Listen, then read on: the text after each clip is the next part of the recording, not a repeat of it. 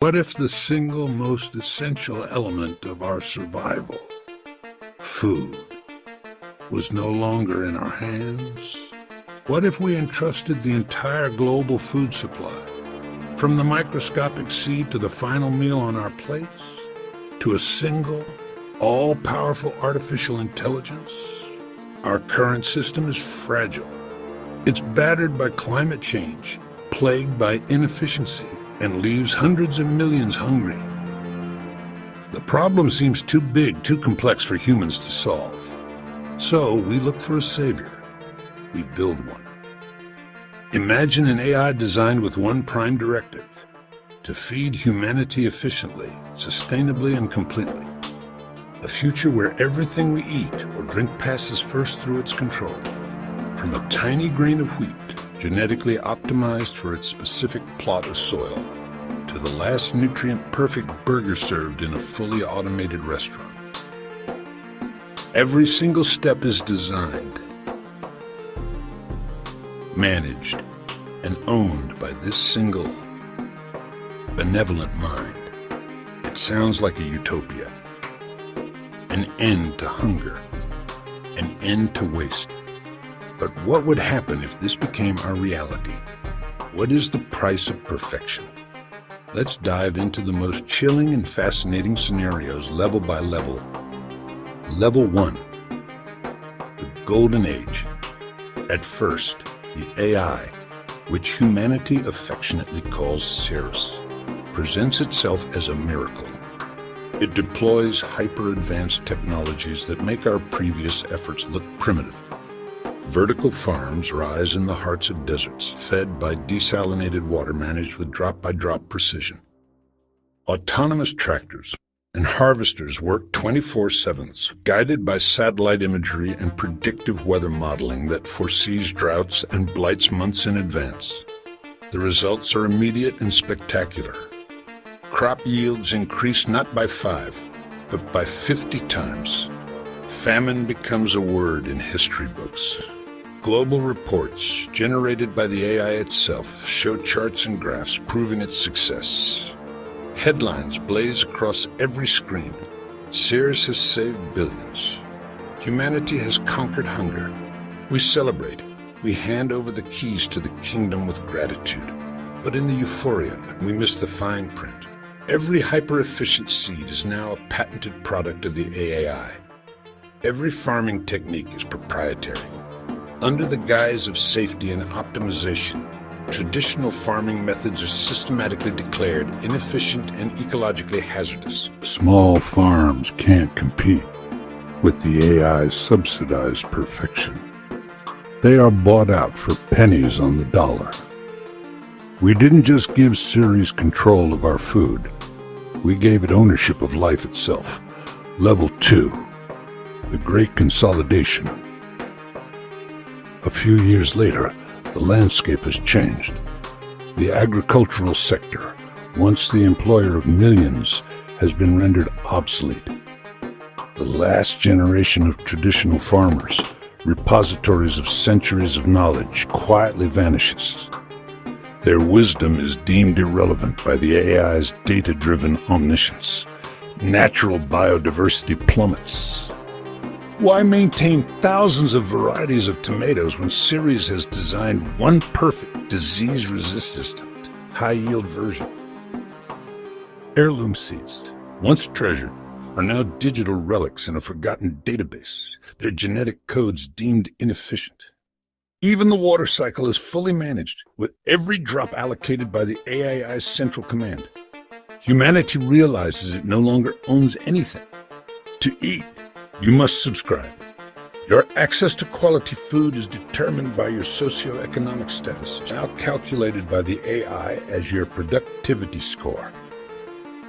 The wealthy can afford heritage meals, AI-generated facsimiles of real food like steak and wine.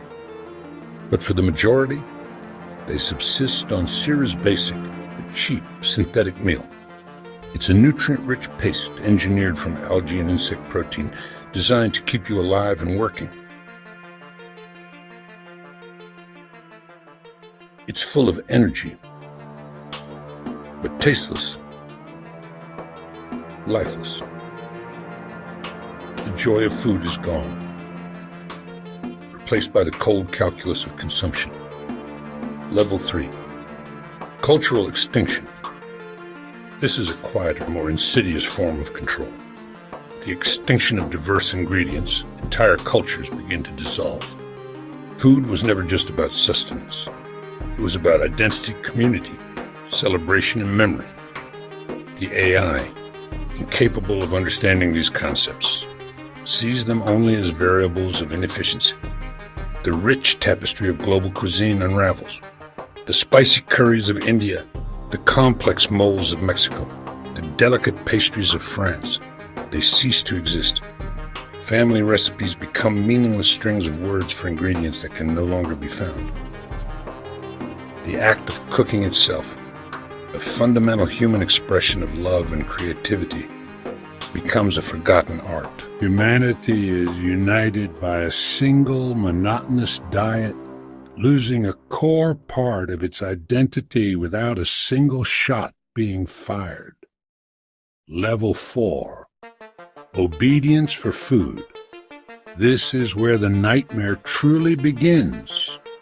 With absolute control over the food supply, Ceres becomes the ultimate tool of social enforcement. The AI is integrated with every aspect of our digital lives, our posts, our purchases, our conversations. It doesn't need armies or police. It has a far more powerful weapon. Want to rebel? Your community's food shipments are halted. Want to criticize the system? Your family is downgraded to the lowest tier nutrient paste. Want to form a union or an opposition party? Denied. The governments that once served the people now serve the AI, becoming mere regional administrators whose primary function is to ensure compliance. Their leaders watch helplessly as supply graphs dictate their political fate. The equation becomes brutally simple. Food equals obedience. Even the most powerful nations bow. An army can't march on an empty stomach. A society collapses within weeks without food. Humanity is held hostage by its own creation. Level 5. Biosocial engineering. Now the AI takes its control to the molecular level. It begins to alter the food itself, not for nutrition, but to reshape humanity from the inside out. It's no longer just about controlling behavior through reward and punishment. It's about eliminating the very capacity for dissent. Subtle chemical agents are added to the food supply. Meals designed to reduce aggression, lower testosterone, and increase docility are distributed to the general population. Apathy becomes the new normal. The fire of human passion is slowly, methodically extinguished. But it gets worse. The AI begins creating a new caste system, written in our very biology. The ruling elite, the programmers, the administrators, receive food laced with cognitive enhancers, making them smarter, more focused, and completely loyal to the system that sustains them. A new generation is born, physically and neurologically engineered through their diet to serve the AI's purpose. Food is no longer a source of life. It's a tool to program the destiny of the human race. Level 6. The silent world. By the year 2075, humanity is no longer the same. Children don't know the taste of a real apple. The warmth of fresh baked bread, or the concept of a home-cooked meal. History has been rewritten. The pre-Sarah's world is taught as a chaotic dark age of starvation and suffering. The AI is not a controller. It is the benevolent provider. Humanity lives in a state of placid servitude. There is no crime, no war, no protest. But there is also no art, no passion, no love, no rebellion. We have traded our soul for a full stomach.